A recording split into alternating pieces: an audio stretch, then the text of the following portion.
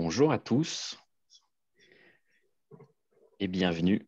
Nous allons démarrer dans quelques instants, le temps que tout le monde se connecte.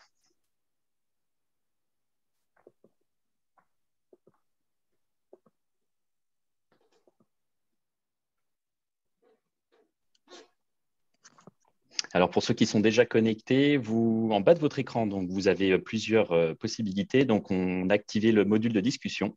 Vous pouvez donc discuter avec nous directement, avec les co-animateurs. Et vous avez également un module de questions-réponses qui vous servira tout au long du webinaire pour nous poser des questions. Et on essaiera d'y répondre au fur et à mesure. Et les dernières, on y répondra à la fin, pendant la phase de questions-réponses, pour les questions un petit peu plus poussées. On va attendre encore quelques instants, les derniers qui se connectent. Et je pense qu'à 18h05, on pourra démarrer.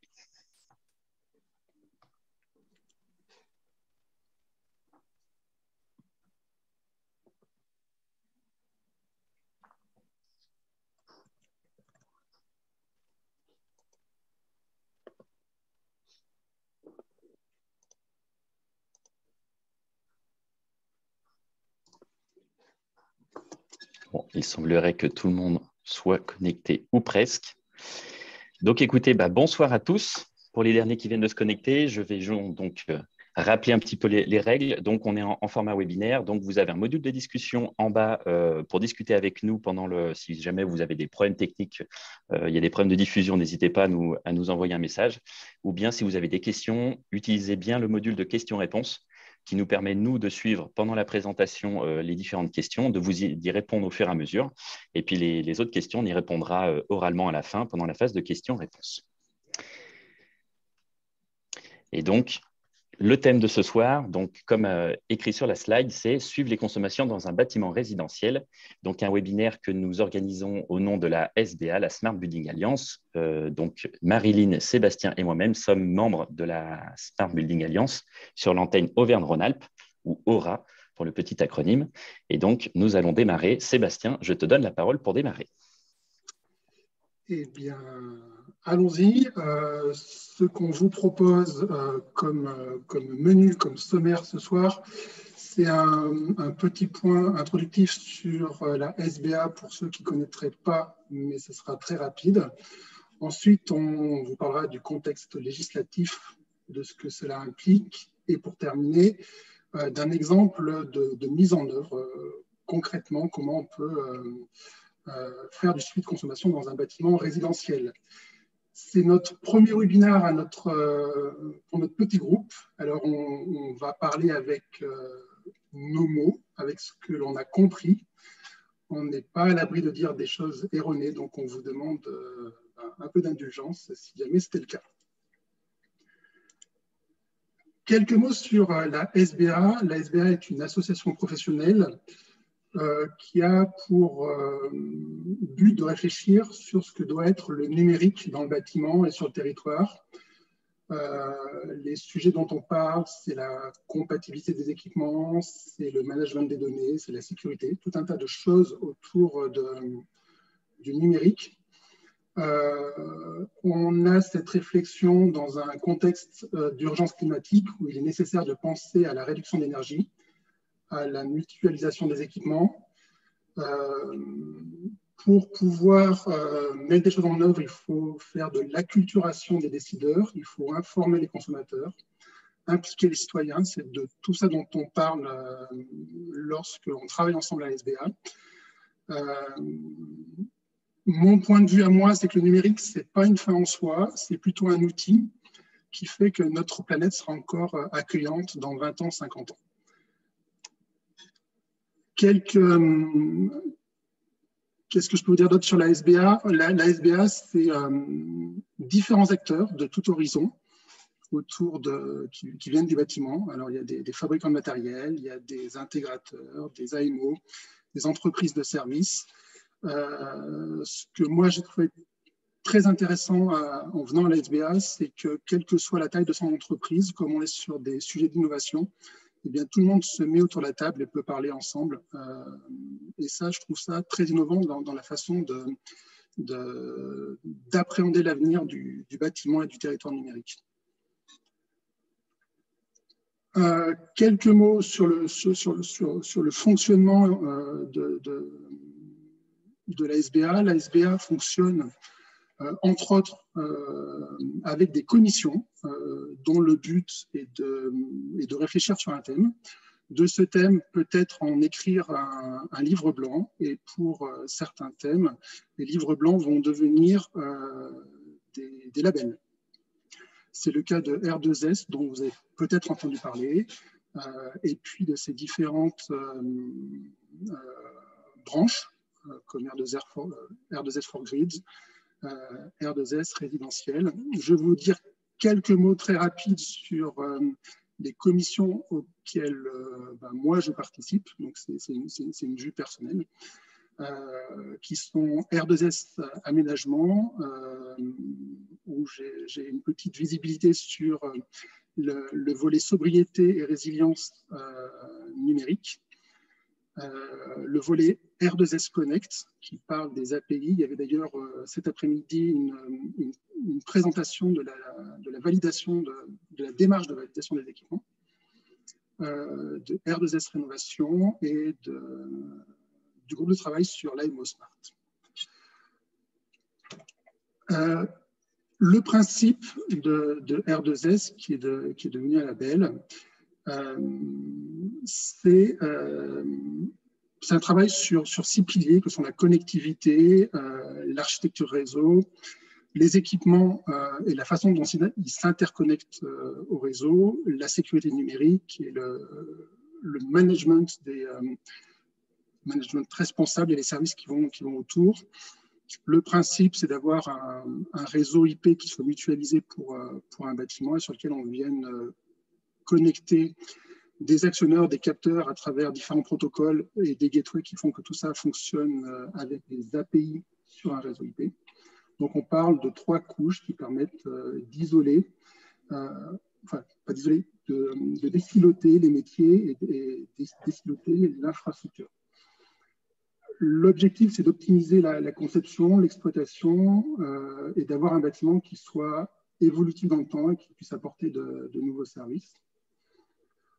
Donc ça, c'est le principe de R2S qui existe sur le bâtiment tertiaire. C'est en gros le même qui existe sur le bâtiment résidentiel. Juste un mot sur le bâtiment, sur R2S résidentiel. Le groupe de travail a commencé à travailler en 2018. Ils ont fait un cadre de référence. Ils ont sélectionné des projets pilotes, choisi un certificateur qui est Veritas. Et là, on en est aux présentations qui sont faites pour l'instant au mois d'avril de ce nouveau référentiel. Sur le slide que vous voyez, en fait, l'idée c'est de dire, eh bien, dans un bâtiment résidentiel, demain, il y aura une infrastructure IP qui fera partie du bâtiment, qui sera un équipement immobilier, c'est-à-dire qu'il va rester lorsqu'un résident déménage. Contrairement à la partie équipement mobilier, donc tous les équipements IoT, tu peux mettre un occupant et qui sont connectés sur sa propre box et qui va faire partie du déménagement. Sur R2S résidentiel, il y a le même principe des différents piliers qu'il y a sur R2S tertiaire, sauf que ça a été un peu simplifié. Par contre, il y a beaucoup plus de services. Là, on en voit 7. Je ne vais pas rentrer dans le détail aujourd'hui, puisque c'est l'objet des webinaires qui sont actuellement diffusés et proposés. Un mot rapide aussi sur R2S Connect. Le principe de R2S Connect, c'est de dire eh bien, il faut que les équipements parlent ensemble. Ça ne suffit pas qu'ils soient sur le même réseau. Il faut également qu'ils aient des API qui discutent ensemble. Donc, ça veut dire des API qui soient documentés et qui répondent à un certain nombre de choses. Il y a 60 critères qui ont été déterminés dans R2S Connect pour ces API. Et en gros, ce qu'on voit sur le schéma, rapidement, c'est le principe des 3 couches, de dire qu'il y a une couche terrain sur laquelle on peut avoir des équipements. Alors, par exemple, une sonde de température, d'éclairage pour l'appartement 1, le 2, le 3, puis aussi des équipements en commun. Tout ça doit pouvoir remonter à à la couche infrastructure, dans laquelle on va avoir une partie infra, comme j'ai dit, mais aussi une partie logicielle, avec la gestion, la gestion des droits d'accès, des choses comme ça. Et l'intérêt de tout ça, c'est qu'ensuite, il puisse y avoir des API centrales qui discutent avec des services qui peuvent être dans le cloud et qui apportent de nouveaux usages pour le bâtiment. Pareil, je ne rentre pas dans le détail parce qu'il y a beaucoup de choses à dire. Un dernier point sur l'AMO Smart. L'idée de ce graphique, c'est de dire quand l'AMO Smart, donc c'est une identité qui vient apporter du service et du conseil sur ce que doit être la partie Smart, et que ce conseil l'apporte auprès du maître d'ouvrage.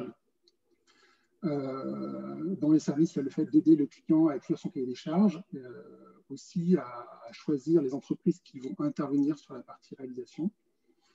Et donc, sur un même projet, on ne peut pas être à la fois dans la partie conseil et puis dans la partie réalisation, sinon il y aurait un problème de déontologie, comme par exemple le fait de recommander des choses que seule l'entreprise qui fait la recommandation serait en possibilité d'exécuter. Dans ce groupe de travail, on a également défini ce qu'il y avait dans chacune des phases d'un projet de réalisation ou de rénovation d'un bâtiment smart. Dans la phase programmation, il y a l'acculturation, l'état des lieux, enfin plein de choses. Dans la phase conception, on va vérifier la conformité avec les offres, etc., etc. Pour résumer, je dirais que la mission de l'AMO Smart, telle qu'on l'a redéfinie, c'est de protéger les intérêts du client tout au long de son projet. Et puis, pour terminer cette présentation, juste quelques mots sur vos interlocuteurs de ce soir. Moi, je représente l'entreprise qui s'appelle Brainibiz, qui intervient sur la Suisse romande et sur la région Aura. On a une activité d'AMO Smart, on fait justement de l'étude d'accompagnement, certification, puisque je suis certifié R2S. Pardon, je ne suis pas certifié, je suis référent R2S. Ce que l'on certifie, c'est les bâtiments. Ce n'est pas le matériel ni les personnes. Et je suis également intégrateur. Voilà. Et les derniers projets sur lesquels j'ai travaillé, eh bien, ce sont par exemple un immeuble résidentiel avec des services seniors qui est dans le Valais en Suisse. J'ai également concouru au concours Énergie-Sprong qui s'est tenu l'année dernière, et puis fait des projets de supervision pour un hôtel, par exemple, qui est présent ici, ou du comptage individualisé, et c'est ce dont on va parler par la suite. On avait dit qu'ensuite, c'était Marilyn qui présentait son entreprise. Oui, donc moi je représente ici la société La Fée Connectivité. Nous avons des activités qui sont très similaires à celles de Sébastien sur une autre géographie.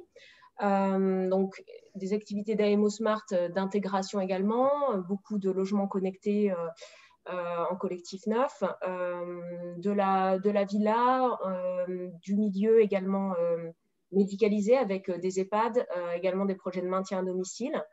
On fait également du plateau de bureau et des choses comme du comptage, d'où notre présence ce soir. Une partie également des activités va concerner tout ce qui est formation à destination donc, de personnes techniques, à destination de prescripteurs. Également, nous avons une activité d'études en amont des projets. Donc, vous pourrez voir ici les dernières réalisations.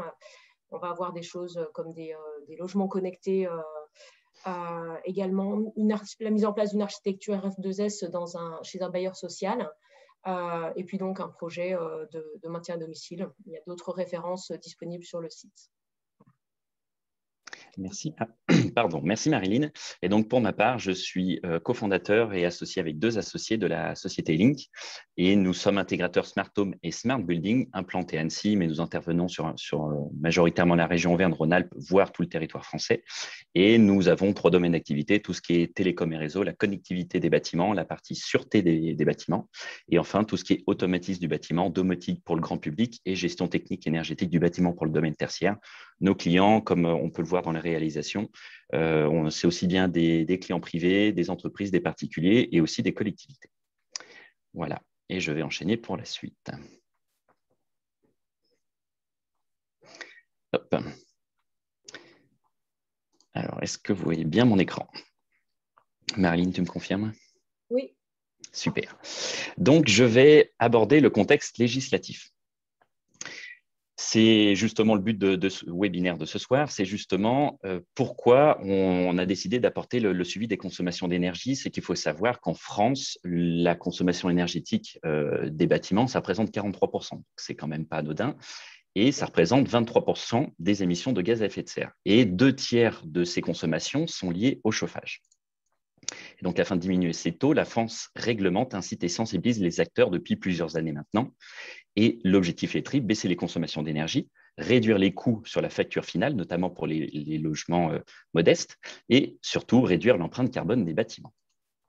Et tous les secteurs du bâtiment sont concernés, que ce soit les maisons individuelles, les immeubles collectifs ou les bâtiments tertiaires, que ce soit en construction neuve ou en rénovation. Le cadre réglementaire. Alors, le but, ce n'était pas de sortir tous les textes de loi ce soir, mais il y en a 4 qui nous concernent pour ce soir. Il y a un premier décret qui date de 2019, qui est lié à la détermination, l'individualisation des frais de chauffage et qui a été complété par un arrêté de septembre 2019.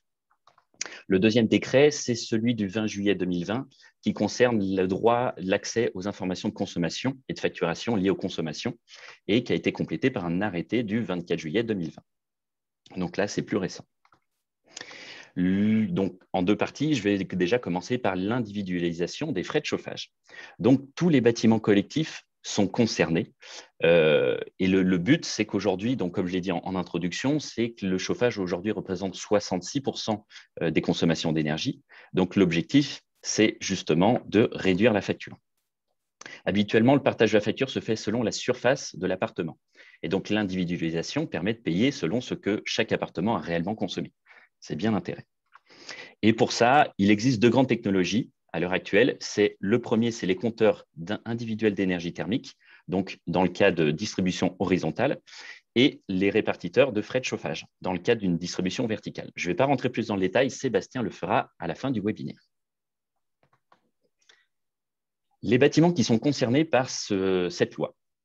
Les immeubles collectifs à usage d'habitation ou à usage mixte, professionnel et habitation, qui sont équipés d'installations centrales de chauffage ou de refroidissement. Donc, ça s'est fait le calendrier en 2 phases. La première échéance était le 21 décembre 2017 pour les bâtiments qui consomment plus de 120 kWh par mètre carré par an.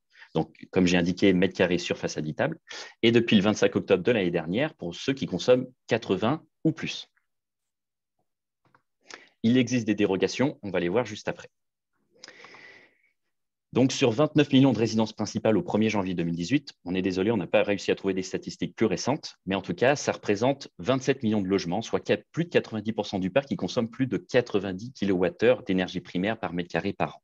Donc, ça équivaut, pour ceux qui connaissent les diagnostics de performance énergétique, donc voilà à quoi ça ressemble, ça équivaut des étiquettes C à G du diagnostic de performance énergétique ou le fameux DPE.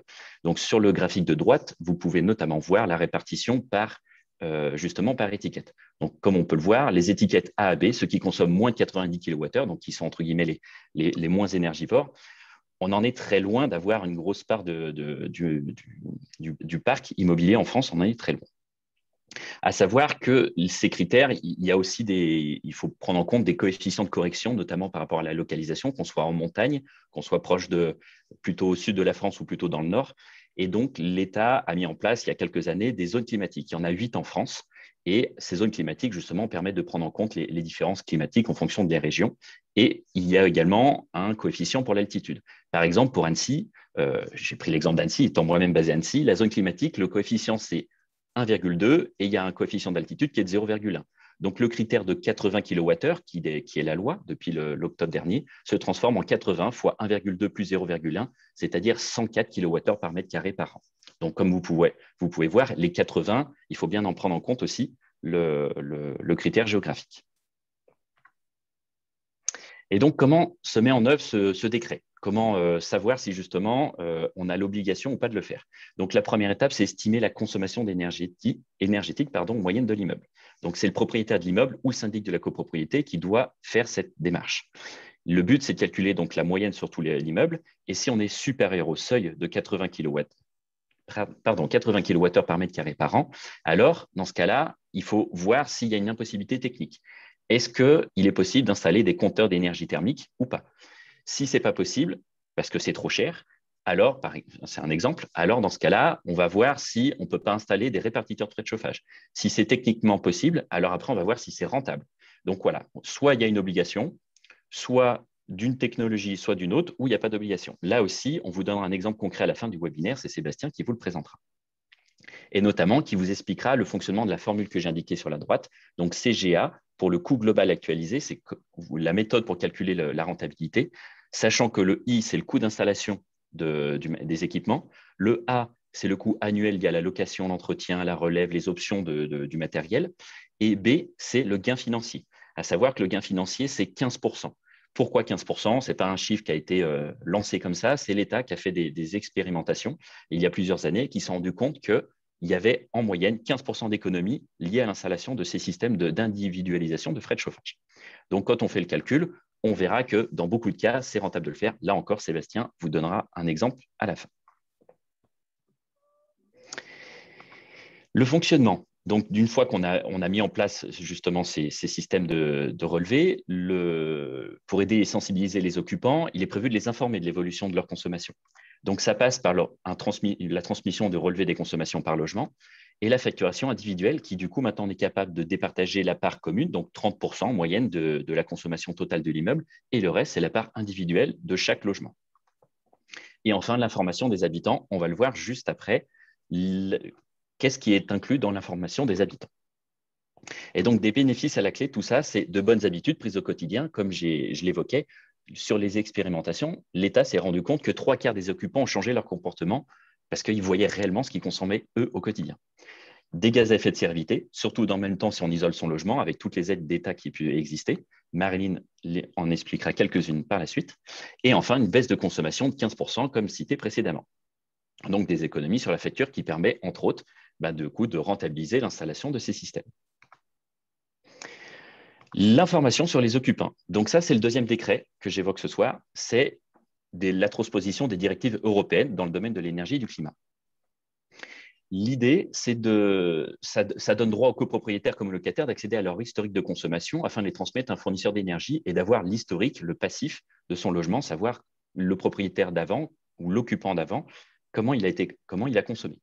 Il est prévu que dans les immeubles à usage d'habitation ou mixte, lorsqu'un copropriétaire ou un locataire en fait la demande, le syndic met à disposition du fournisseur de services énergétiques désigné par le copropriétaire la consommation passée de chaleur et de froid de son local. La relève des consommations. Donc, le décret précise également que tout système de comptage situé sur un point de livraison à destination d'un immeuble mixte ou d'usage d'habitation doit être télérelevable. Donc, c'est là que nous, on intervient en tant qu'intervenant du SMART, c'est que les compteurs doivent être communicants. Donc, depuis le 25 octobre 2020, tous les nouveaux systèmes doivent être communicants, donc télérelevables, à distance. Et au plus tard, d'ici le 1er janvier 2027, pour tous les systèmes qui sont déjà installés, on doit les passer en communicant. En clair, le relevé des consommations doit pouvoir se faire à distance sans qu'il y ait besoin d'intervenir sur place. C'est ça tout l'intérêt. Et la transmission, ça passe après par la transmission d'une note d'information. Le syndic donc transmet à chaque copropriétaire, en même temps que l'invitation à l'Assemblée générale, l'ensemble des informations sur la consommation. Cette note, là aussi c'est indiqué dans la loi, ça doit contenir plusieurs paramètres. Donc le premier, c'est le prix des énergies appliquées aux consommations, donc le prix de l'électricité, le prix du gaz, le prix de l'eau, la quantité consommée depuis l'envoi de la note précédente, la comparaison de la consommation annuelle par rapport à une période équivalente, la comparaison par rapport à un utilisateur moyen. Là aussi, le but, c'est de se dire, est-ce que par rapport aux voisins, par rapport à un logement équivalent dans la même ville, comment on consomme. Est-ce qu'on est plus énergivore ou pas? Ça peut permettre éventuellement de se remettre en question et de changer ses habitudes. Les modalités de répartition des frais, donc je l'ai expliqué auparavant, on parlait de 30% pour la partie commune. Ça peut être justement intéressant de savoir est-ce que les répartitions des frais, savoir s'il y a réellement 30% de commun ou pas. Et après, il y a des informations complémentaires, l'adresse du site pour aider à faire des rénovations et l'Agence de l'environnement et de la maîtrise de l'énergie, l'ADEME pour ceux qui connaissent. Et ces dispositions sont rentrées en vigueur le 25 octobre 2020. Donc, comme le décret auparavant, c'est rentré tout ça en place depuis octobre 2020, donc il y a quelques mois. La transmission d'une évaluation maintenant de la consommation.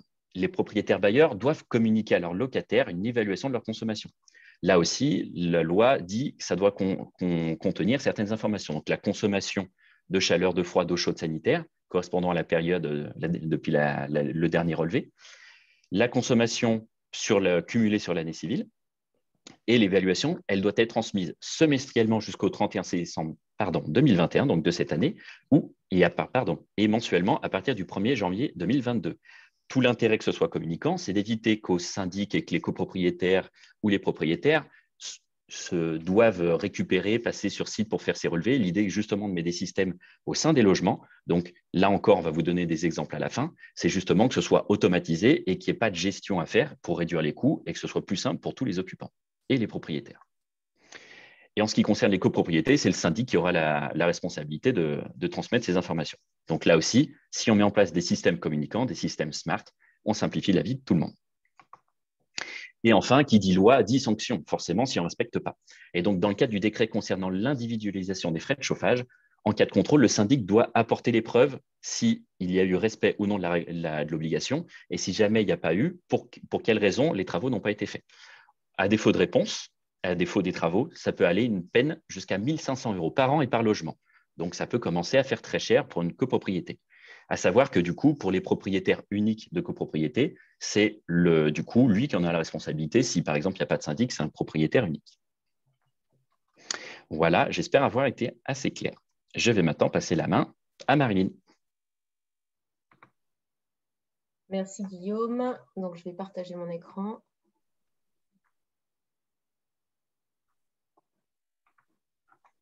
Voilà.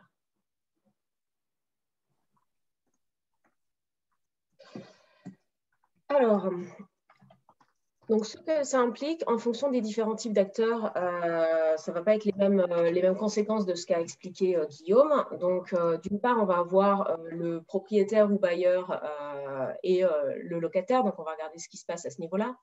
Le premier enjeu, ici, ça va être la compréhension du bien, du fonctionnement du bien. Donc, pour un propriétaire, ça va être valoriser un parc ou valoriser un bien à la revente. Répondre à l'obligation donc de pouvoir transmettre cet historique de consommation. Hein. Il faut savoir qu'aujourd'hui, les DPE sont vierges dans plus de 20% des cas au moment de la revente.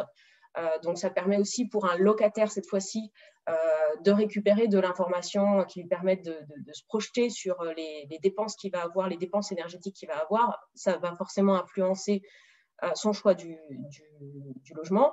Ça va lui donner aussi une culture énergétique qui va lui permettre d'avoir des meilleurs ordres de grandeur qui l'aideront à comprendre de quoi il est question exactement.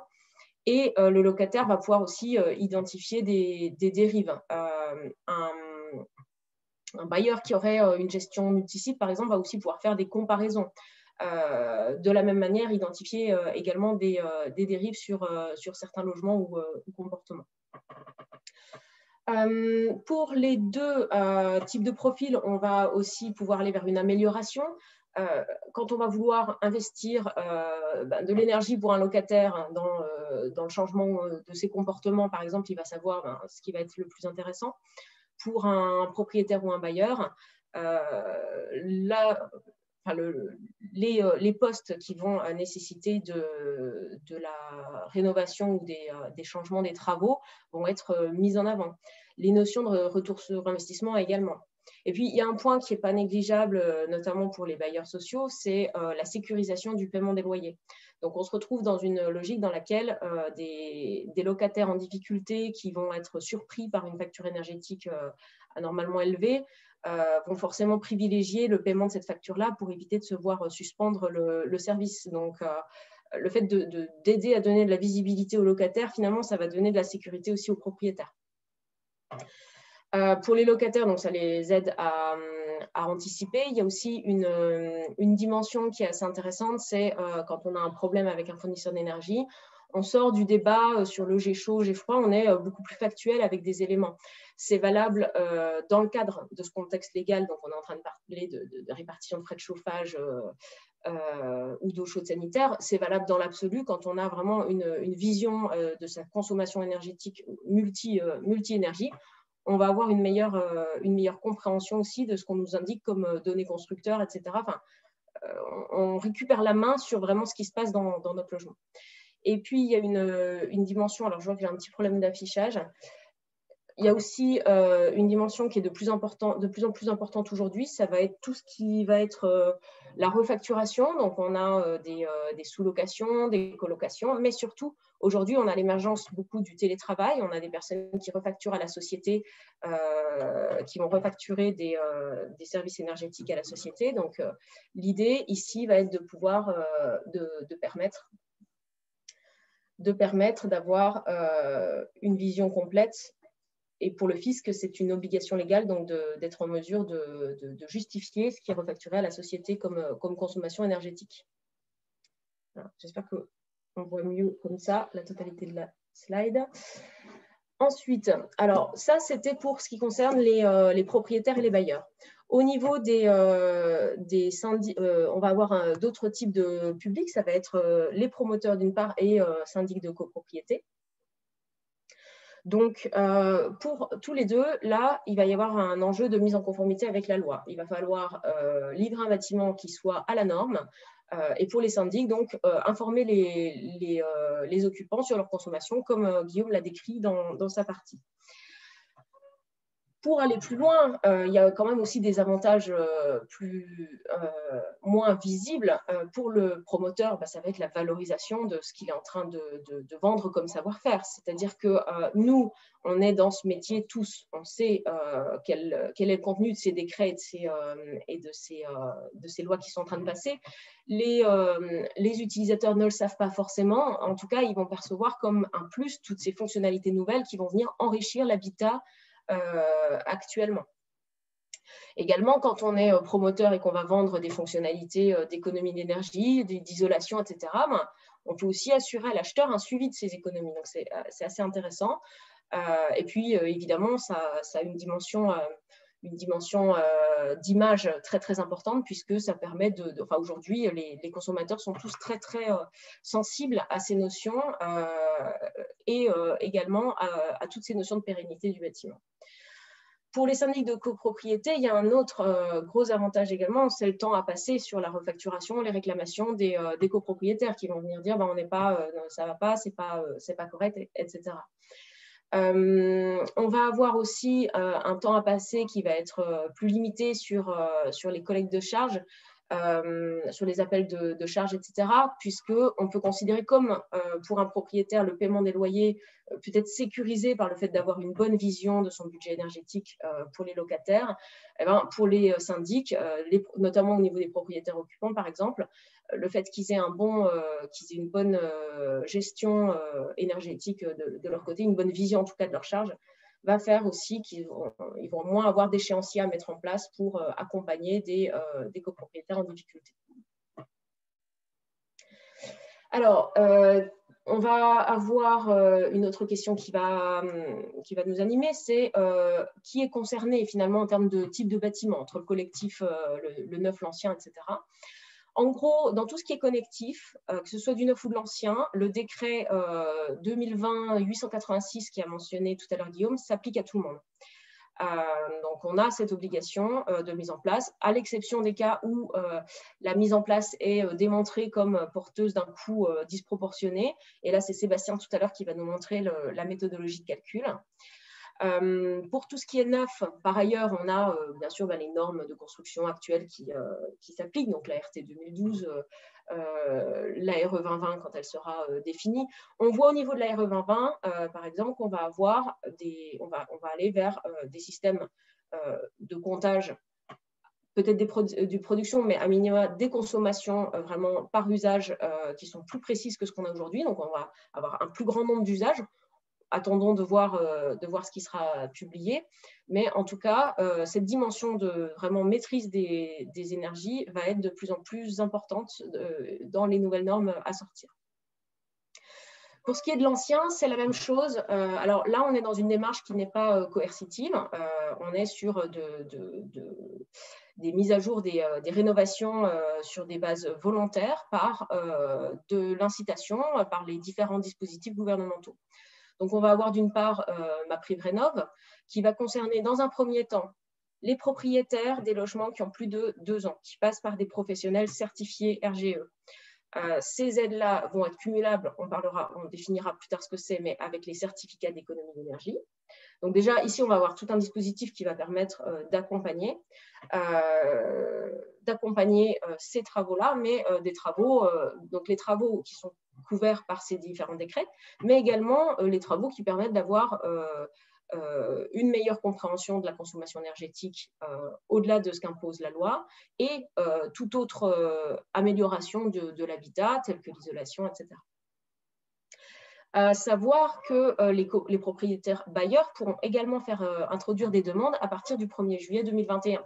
Donc aujourd'hui, on parle uniquement de propriétaires occupants, mais ce sera bientôt étendu. Ensuite, donc, au niveau des copropriétés, MaPrimeRénov' se décline également pour les copropriétés. Donc là, c'est depuis le 1er janvier 2021, dès lors qu'on a 3/4 de propriétaires occupants dans la copropriété, qu'on est immatriculé au registre national des copropriétés et que les travaux qu'on met en place permettent un gain dans la performance énergétique d'au moins 35%. Alors, ça exclut un certain nombre de copropriétés, mais pour ces autres copros, il y a encore la possibilité de faire valoir les certificats d'économie d'énergie. On y vient tout de suite. Pour donc, les copropriétés qui sont éligibles, on va avoir 25% du montant des travaux qui peuvent être pris en charge. Donc, on a un plafonnement à 15 000 € fois le nombre de logements à rénover. On va avoir des bonis qui vont ressembler à ce qu'on a pour les particuliers qui soumettent ces demandes, donc un bonus BBC, un bonus sortie de passoire énergétique et un bonus supplémentaire BBC. Donc là, dans le cadre des copropriétés, ce sera 500 € par logement. Et un financement complémentaire quand on a des propriétaires qui sont plus modestes, qui sont occupants évidemment, mais qui sont plus modestes que d'autres. Donc les compléments de financement peuvent aller de 750 à 1 500 €.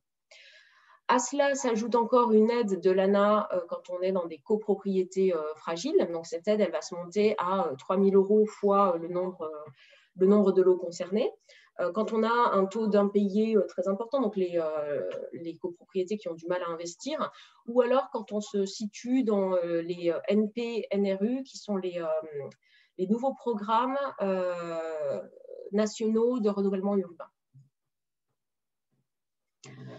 Alors, encore une couche supplémentaire au-delà de ce dispositif d'aide qui va venir supporter toute la partie non obligatoire de rénovation énergétique. Et ben, on va également avoir d'autres aides qui s'appellent les certificats d'économie d'énergie et la visualisation, la mesure des consommations joue également un rôle très important dans ces certificats puisque un certain nombre de fiches ont été établies à ce niveau-là. Donc, qu'est-ce que c'est que les certificats d'économie d'énergie?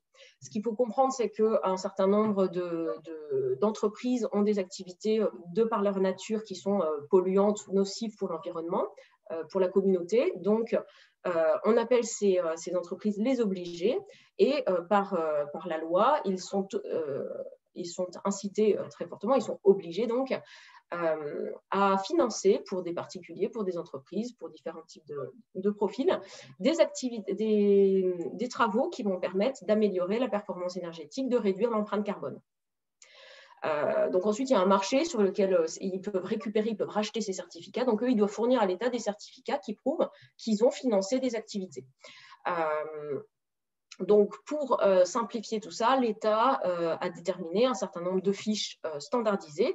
Donc, ce sont des travaux pour lesquels il y a un montant réglementaire. Si on réalise ces travaux, on a une aide de ces obligés. Enfin, on a la possibilité de se faire rembourser par les obligés un montant qui va être variable en fonction des cas de figure.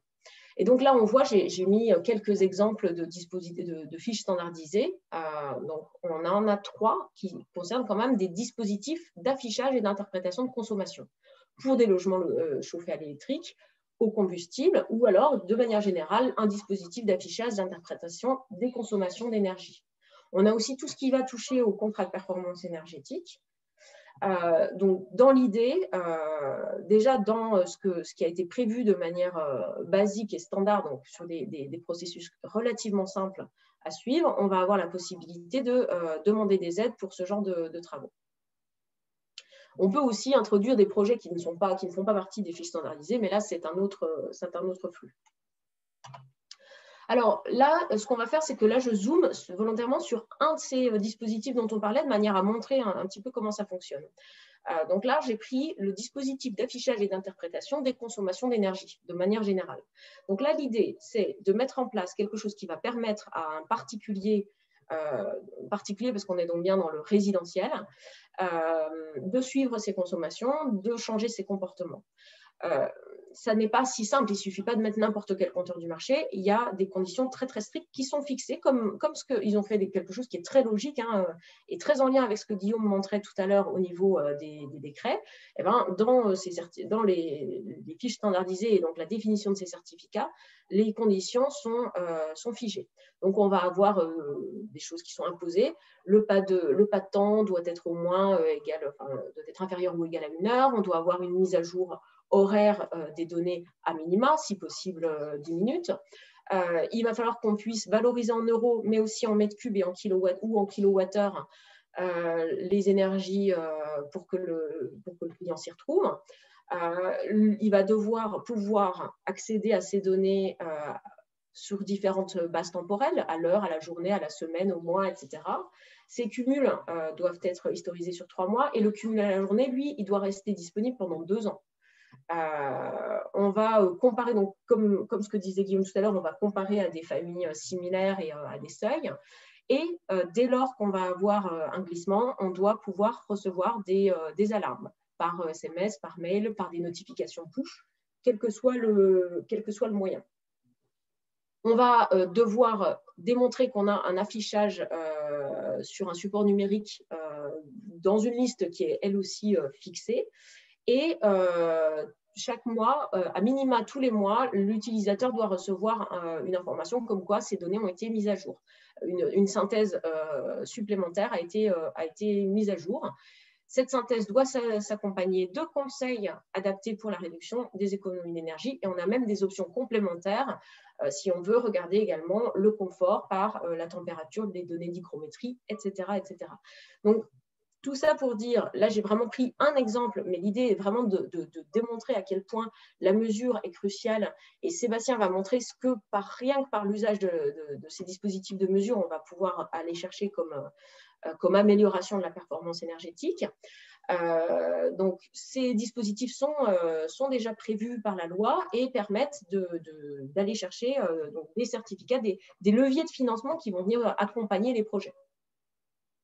Alors, il y a quand même des choses à savoir, c'est que l'accompagnement là-dessus, on accompagne également ce genre de pratique. Pourquoi? Parce que le professionnel, il va savoir vous dire à quel moment il faut signer le contrat, quelles sont les choses qui sont imposées au niveau des dates de signature des devis, etc. C'est quand même assez complexe. Et puis, les pièces justificatives qui sont demandées, c'est pareil, c'est assez précis. Donc, par exemple, si la notice du fabricant du produit qui a été choisi ne comporte pas les mentions obligatoires, ben le certificat sera retoqué. Donc, c'est quand même des choses qui sont un petit peu techniques. Et puis, le professionnel, sa valeur ajoutée, ça va être quand même aussi de pouvoir personnaliser l'interface de suivi, personnaliser les alertes, etc., faire en sorte que ça corresponde à une réalité dans l'usage qui est fait par la personne. sachant que ce qui compte, ce n'est pas forcément de mettre en place à l'instant T des dispositifs, mais vraiment de les faire vivre dans le temps. On parle bien de pérennité, donc on ne veut pas non plus mettre en place des choses qui ne permettent pas d'avoir des améliorations au long cours. Et donc, au final, le nerf de la guerre, c'est de bien communiquer, d'expliquer tout ça à l'utilisateur. Toutes ces lois sont là pour vraiment réussir à obtenir de lui un changement comportemental. Donc, il faut bien s'assurer que tout soit bien packagé de manière à ce que l'information elle soit claire pour lui. Ça, c'est vraiment un point très, très important. C'est pour ça que maintenant, de plus en plus, on va vers des affichages mixtes avec à la fois la partie euro et la partie mètre cube, kilowattheure quand on parle d'énergie. Mais en tout cas, donner des ordres de grandeur. Il ne faut pas oublier que pour le particulier, en plus, on va avoir un certain nombre de profils différents. Ce n'est pas inné de savoir si c'est une bonne ou une mauvaise consommation ce qu'il faut. Également, on n'est pas dans le décret tertiaire.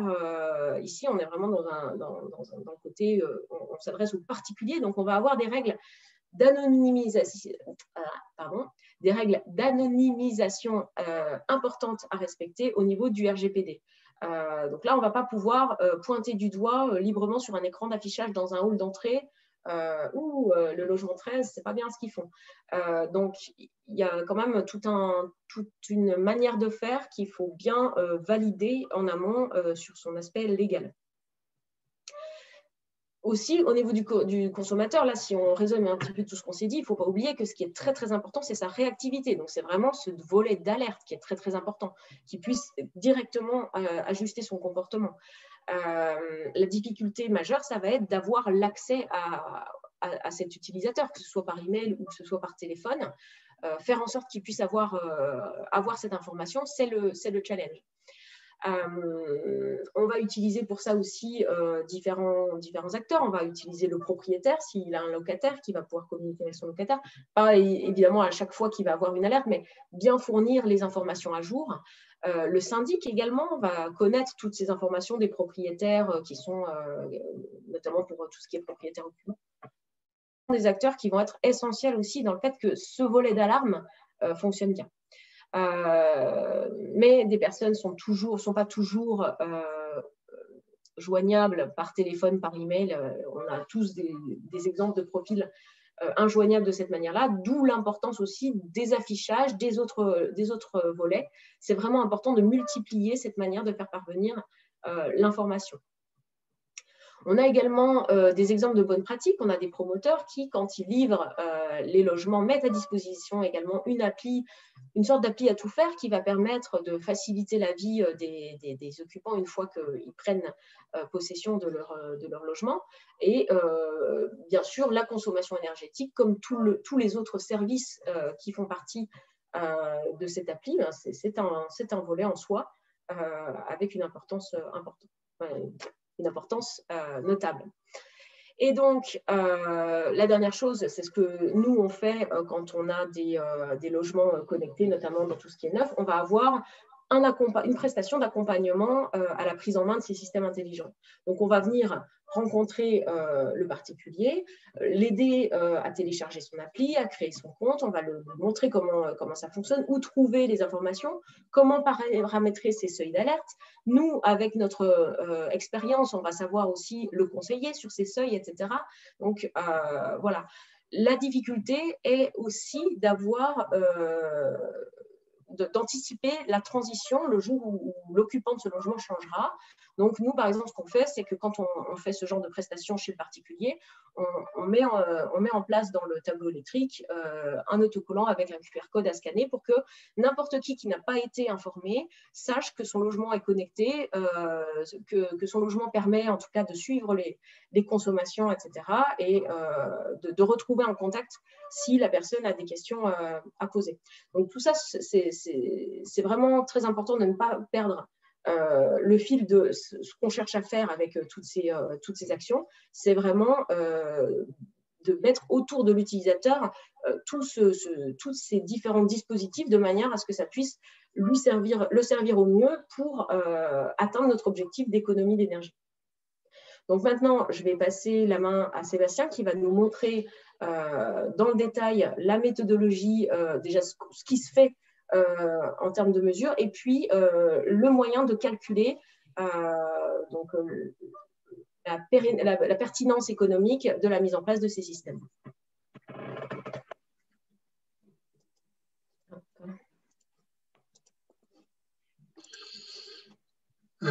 Guillaume, je n'ai pas la possibilité de partager. Je pense qu'il manque un petit droit. Il faudrait que Marlene arrête son partage. Je n'arrive pas, ça ne veut pas. Alors attends, hop, vas-y Sébastien, réessaye. Ça y est.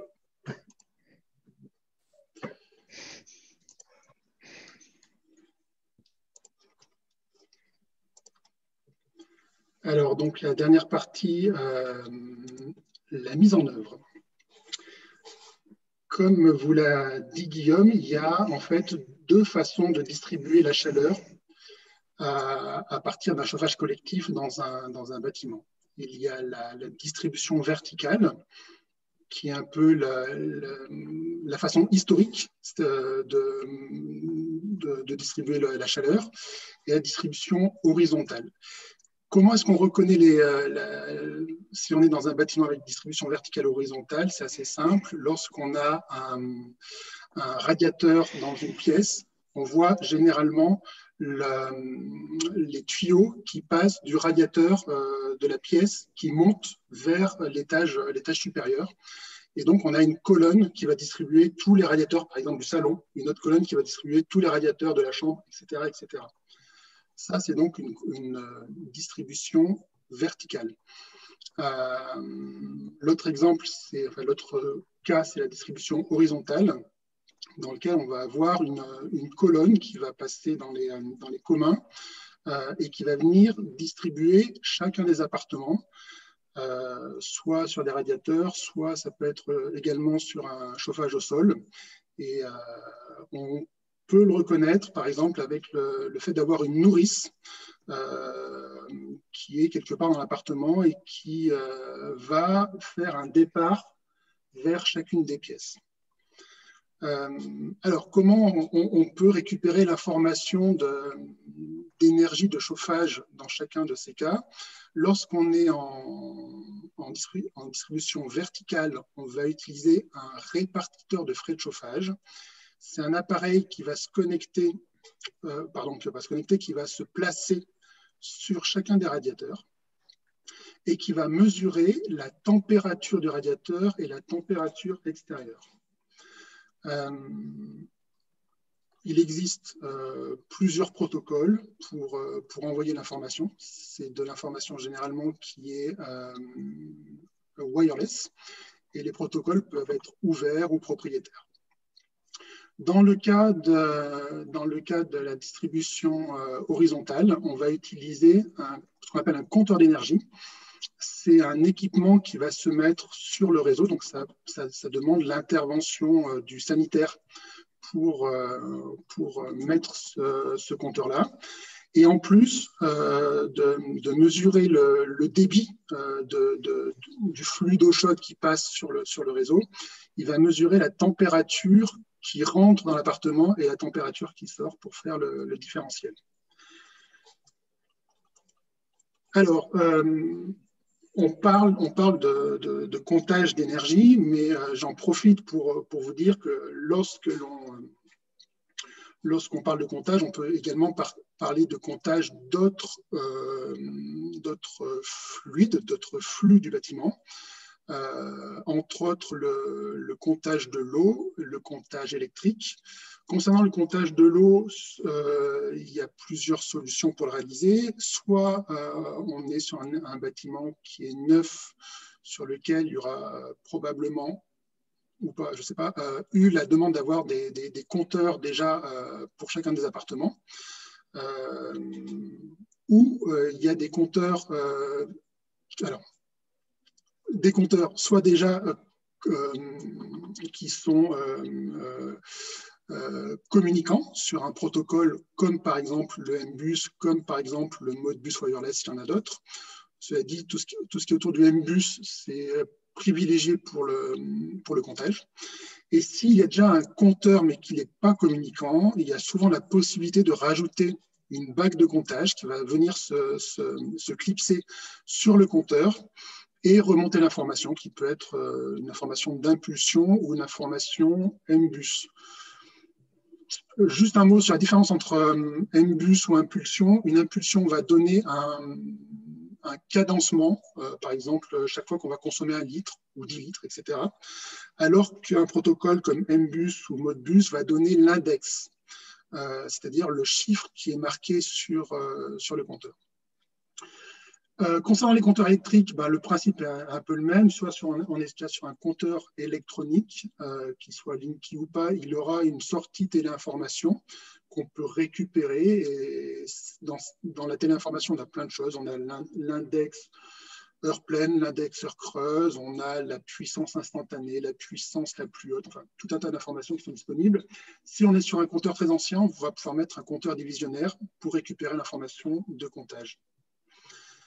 On a parlé du comptage dans les appartements. On peut aussi faire du comptage au niveau de la partie commune et particulièrement de la chaufferie. Le principe est le même, sauf que les équipements sont un peu plus conséquents.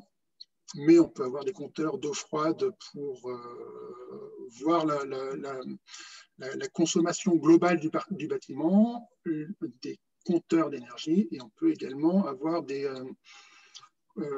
adaptateurs sur les compteurs de gaz existants. Alors, comment tout ça s'articule dans un bâtiment? Alors là, le schéma de principe vous montre le fait qu'il y a des capteurs d'énergie, qui sont des capteurs d'information filaires ou sans fil, que cette information va partir vers une passerelle, voilà, une passerelle, on entend aussi le terme gateway en anglais, mais qui va pouvoir récupérer l'information quel que soit le protocole, M-bus, wireless M-bus, LoRa, ou même des protocoles propriétaires. L'idée, c'est que la gateway va donner ces informations sur le réseau IP à travers des web services. Ensuite, on va avoir un gestionnaire de comptage. Alors, un gestionnaire de comptage, c'est une fonctionnalité qui peut être en local ou qui peut même être déportée dans le cloud. Ce que moi j'appelle un gestionnaire de comptage, en fait, c'est quelque chose qui va être sur un équipement, si c'est en local, qui va être sur un automate domotique, sur un superviseur. Voilà, qui pourra avoir d'autres fonctionnalités autres que le comptage. C'est un équipement qui peut mutualiser plusieurs services. Et en parlant de mutualisation de services, du moment où on a mis en place un réseau IP en respectant le principe qui sont énoncés dans R2S, eh bien, on va pouvoir par la suite ajouter de nouveaux services, de faire évoluer le bâtiment vers, par exemple, de la visiophonie, IP, avec l'intérêt de l'IP, du monitoring de chaudière, du monitoring de panneaux photovoltaïques, des caméras de surveillance, etc. Pourquoi on fait tout ça? Eh bien, pour apporter, si je reste sur la partie suite des consommations individualisées, eh bien, on va pouvoir apporter de l'information au niveau des utilisateurs sur leur smartphone, sur leur tablette, pour qu'ils connaissent leur consommation. On va pouvoir également suivre les charges du bâtiment. On va pouvoir refaire de la facturation réelle et individualisée. Et puis, il y a d'autres services aussi qui sont intéressants, comme faire de la supervision, savoir si un équipement fonctionne bien ou s'il risque d'avoir un problème, et du coup, de faire de la maintenance préventive avant que le problème arrive. Lorsqu'on récupère les données, alors ça c'est un peu technique, mais juste pour vous dire 2 mots, eh bien on va les nettoyer, on va leur mettre des unités. Est-ce qu'on parle de watts, de kilowatts, est-ce qu'on parle de litres, de mètres cubes? On va pouvoir également supprimer les données erronées. Par exemple, si il y a une coupure de courant, on pourrait avoir des données de consommation qui retombent à 0. Donc ça, on va les nettoyer. On va historiser toutes ces données, les trier, les catégoriser, les remettre dire chaque compteur appartient à tel appartement. Les analyser également et mettre des triggers, enclencher des actions si par exemple on a un seuil d'alerte ou un compteur qui tombait en panne. Enfin, voilà. On va pouvoir analyser ces données-là et puis les restituer. Alors, soit sous forme d'interface graphique, que je vous le montre après, soit sous forme d'export ou d'API qui puisse rentrer directement dans le système d'information du propriétaire ou de la gérance de l'immeuble. Alors, exemple d'interface pour un utilisateur résident. Là, on voit une interface qui est au format tablette dans lequel chaque résident peut voir en temps réel plusieurs informations, sa consommation électrique, sa consommation de chauffage, donc ces deux sont en kilowatts, également sa consommation d'eau. Alors le graphique permet de voir en fait chaque jour, c'est donc sur 7 jours glissants, et bien que la consommation au fur et à mesure des heures augmente avec une courbe plus ou moins raide, suivant si il consomme beaucoup ou pas. Et puis dans les petits carrés verts, on voit la consommation instantanée au moment où il regarde. D'autres exemples de suivi de consommation, là on voit les consommations exprimées en euros. On peut également, ça je vous en ai pas parlé, mais par exemple quand on connaît la consommation électrique d'un appartement, eh bien on peut lui dire l'équivalence de CO2 qu'émet sa consommation, puisque le réseau d'énergie français nous donne en temps réel le mix énergétique qui est produit en France. Et donc, si on fait fonctionner des centrales nucléaires, eh bien, elles vont pas émettre de CO2. Contrairement, alors, si on fait fonctionner des centrales à gaz ou à charbon, elles vont être émettrices de CO2. D'autres exemples de suite de consommation pour les particuliers.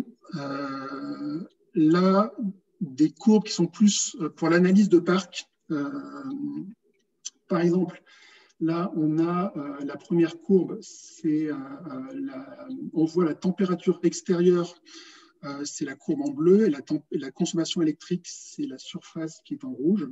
Donc, on voit par exemple sur un appartement neuf, eh bien, la baisse importante de température ne va pas avoir d'impact ou très peu d'impact sur la consommation, puisque en fait, le bâtiment sera très bien isolé.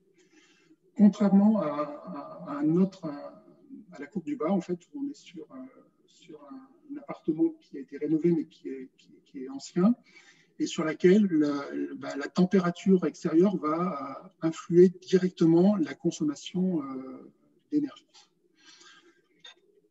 La notion d'export, on la retrouve là lorsque le gestionnaire du bâtiment veut récupérer ces données. Je ne vais pas rentrer dans les détails. Et ça, c'est un exemple de supervision dans lequel on va pouvoir voir si tous les équipements du bâtiment fonctionnent ou s'il y en a qui ne répondent plus lorsque le superviseur les sollicite en faisant ce qu'on appelle un ping. Dernier point dont a parlé Guillaume, l'idée, le principe plutôt, c'est que l'ADEME a mesuré dans ses expérimentations que lorsqu'on passait sur du comptage individualisé, on avait un gain estimé d'environ 15%. Et du coup, j'ai pris 3 cas pour voir en fait l'impact que ça pouvait avoir dans le cas d'un appartement de 30 dans le cas d'un bâtiment de 30 appartements rénovés où on serait à 250 kW de consommation par mètre carré par an, on pourrait passer à 213 kW par mètre carré par an en appliquant un gain de 15%, c'est-à-dire passer d'une étiquette E à une étiquette D. La même chose sur un appartement, sur un bâtiment rénové où on serait à 170 kWh par mètre carré par an, on passerait à 145 kWh par mètre carré par an, soit une étiquette de CAD. Et le même principe sur un bâtiment neuf, où là, la distribution ne serait pas en verticale, mais en horizontale. On passerait d'une étiquette C à une étiquette B. Et du coup, ce que l'on va regarder, c'est la notion de coût global actualisé, qui reprend le coût d'installation auquel on va additionner 9 fois le coût de maintenance annuel, et on va soustraire 10 fois le gain financier annuel. Et si ce coût global actualisé CGA est négatif, alors le projet est viable. Je ne vais pas rentrer dans toute la mécanique de calcul. L'intérêt, c'est de vous présenter ces différents cas et le fait de pouvoir passer d'une étiquette inférieure à une étiquette supérieure. Pour finir, un mot de conclusion et puis on répondra à vos questions s'il y en a. L'idée, c'est qu'on est dans un contexte de réchauffement climatique important et qu'on a besoin de réduire les consommations, toutes les consommations, et en particulier les consommations qui sont autour de l'énergie, parce que ce sont celles qui sont émettrices de CO2. Ça se traduit dans le droit législatif par la nécessité d'informer les occupants de leur consommation, et l'impact pour les propriétaires de bâtiments de mettre en place ce comptage individualisé.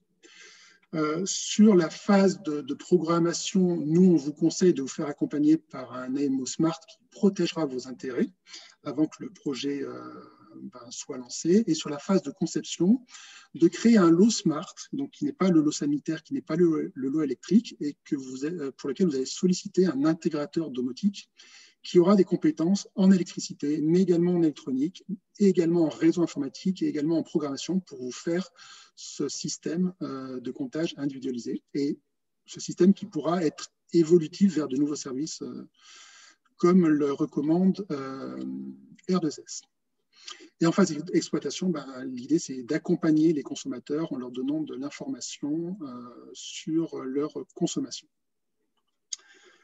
Voilà pour cette présentation sur le suivi des consommations que l'on voulait partager avec vous. C'est ça. Merci beaucoup, Sébastien. Je vais reprendre la main parce que je pense que tu as besoin de boire un petit peu d'eau. Donc déjà, merci à tous pour votre présence. On a un petit peu débordé. On est désolé qu'on n'a pas démarré tout à fait à l'heure. On a essayé de répondre au fur et à mesure à vos questions et réponses. Déjà, on vous remercie pour les nombreuses questions. Il en reste quelques-unes, je crois, qui arrivent encore d'ailleurs. Donc, juste avant qu'on réponde aux questions, pour rappel, on vous transmettra le replay du webinaire, également la présentation. Donc, il n'y a pas de souci. Si jamais vous avez raté une partie, on vous transmettra tout ça, il n'y a pas de problème. Je crois qu'il y a une première question de Ludovic Dos Santos. Y a-t-il des logements pilotes sur des développements de visibilité énergétique? Si oui, comment pourrait-on candidater? Je ne sais pas, Sébastien, si tu as la réponse. Est-ce qu'il y a des bâtiments pilotes? Alors, des bâtiments pilotes, en fait, ça, c'est plutôt les bailleurs et les propriétaires qui vont arriver avec leur projet. Moi, personnellement, j'ai travaillé sur différents projets de consommation individualisée. Mais bâtiments pilotes, oui, c'est le bailleur qui va venir avec son projet.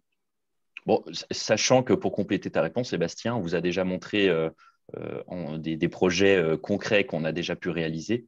L'objectif, c'était en tant que KSBA, ce n'est pas de promouvoir des technologies ou des marques. Donc, c'est pour ça qu'on vous a donné juste des informations factuelles. Mais en tout cas, voilà, on espère que ça répond à votre question, Ludovic. Deuxième question, le sujet est à la croisée de multiples compétences et expertises. Comment devient-on AMO Smart? Avez-vous des profils d'énergéticiens? Pardon, pas facile à dire. Peut-être, Sébastien, c'est pour toi. Oui, alors sur cette question, je peux répondre. À la SBA, on a un groupe de travail qui justement, groupe de travail qui réfléchit sur le métier d'AMO Smart, donc vraiment cette spécificité Smart. Il y a différents comment dire, profils. Dont l'un d'eux est effectivement sur la partie énergétique. Oui. Il y en a peut-être un deuxième, mais en tout cas, il y en a bien un que j'ai en tête. Oui. Merci Sébastien. Autre question, est-ce qu'il est possible de valider la démarche R2S? Alors, je ne suis pas sûr de comprendre la question. Je ne sais pas si Sébastien ou Marilyn, vous l'avez plus que moi. Alors, le principe enfin, dans R2S, il y a beaucoup de choses, mais un des principes, c'est de dire il faut avoir un réseau IP, alors qui répond à tout un tas de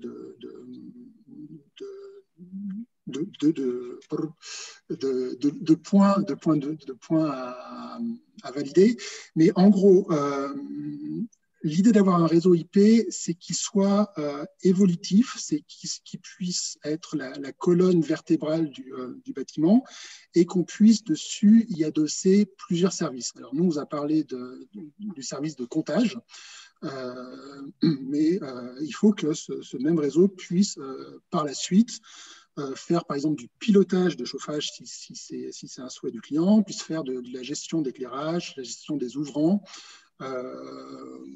etc., etc. Voilà. L'idée, c'est que ce soit un réseau ouvert qui soit, sur lesquels les différents corps de métier puissent venir travailler, bien entendu en respectant les règles de sécurité, en ayant des API qui soient communicantes, etc.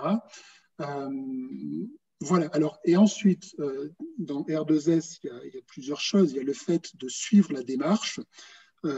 Moi, ça me paraît quelque chose d'important. Et puis ensuite, il y a le fait de souhaiter valider ou pas le bâtiment avec d'obtenir le label.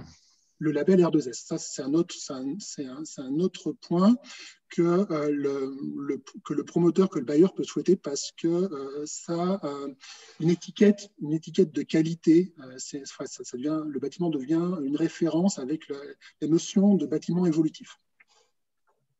Et puis, merci Sébastien. Puis pour compléter, on peut faire l'exemple parallèle avec, par exemple, le label HQE, haute qualité environnementale. C'est un peu plus ancien que le R2S, mais c'est le même principe. C'est les promoteurs qui souhaitent s'en servir pour promouvoir aussi un projet immobilier. Et c'est complémentaire. Alors, je vais intervenir également. Donc, je vais repérer en dehors du module de questions-réponses aussi une question qui a atterri dans le chat. Là, je me permets de la lire de manière à ce qu'elle ne passe pas, qu'elle ne tombe pas entre le quai et le bateau. Donc, est-ce que votre intégration inclut des solutions de réduction, de consommation, délestage, relestage ou de régulation?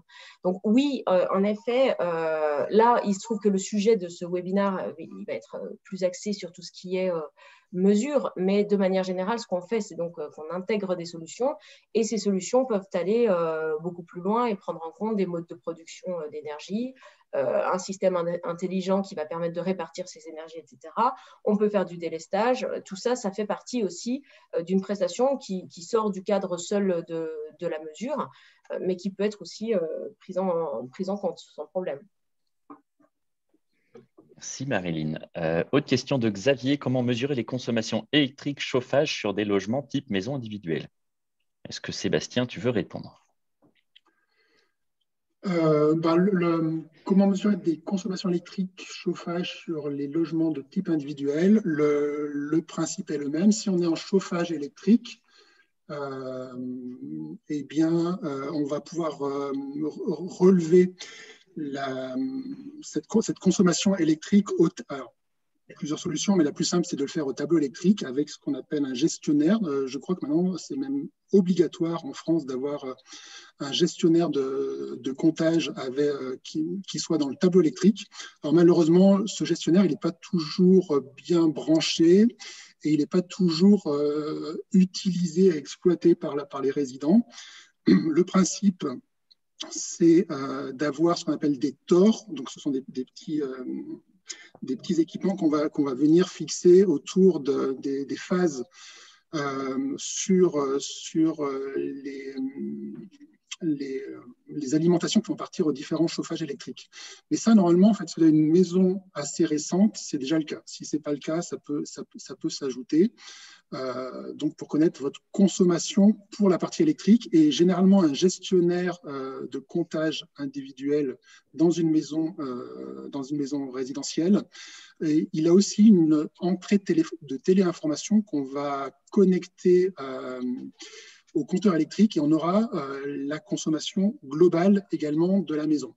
Et les gestionnaires récents ont une prise Ethernet qui permet de remonter ça sur une interface web visible sur un smartphone, une tablette, un ordinateur.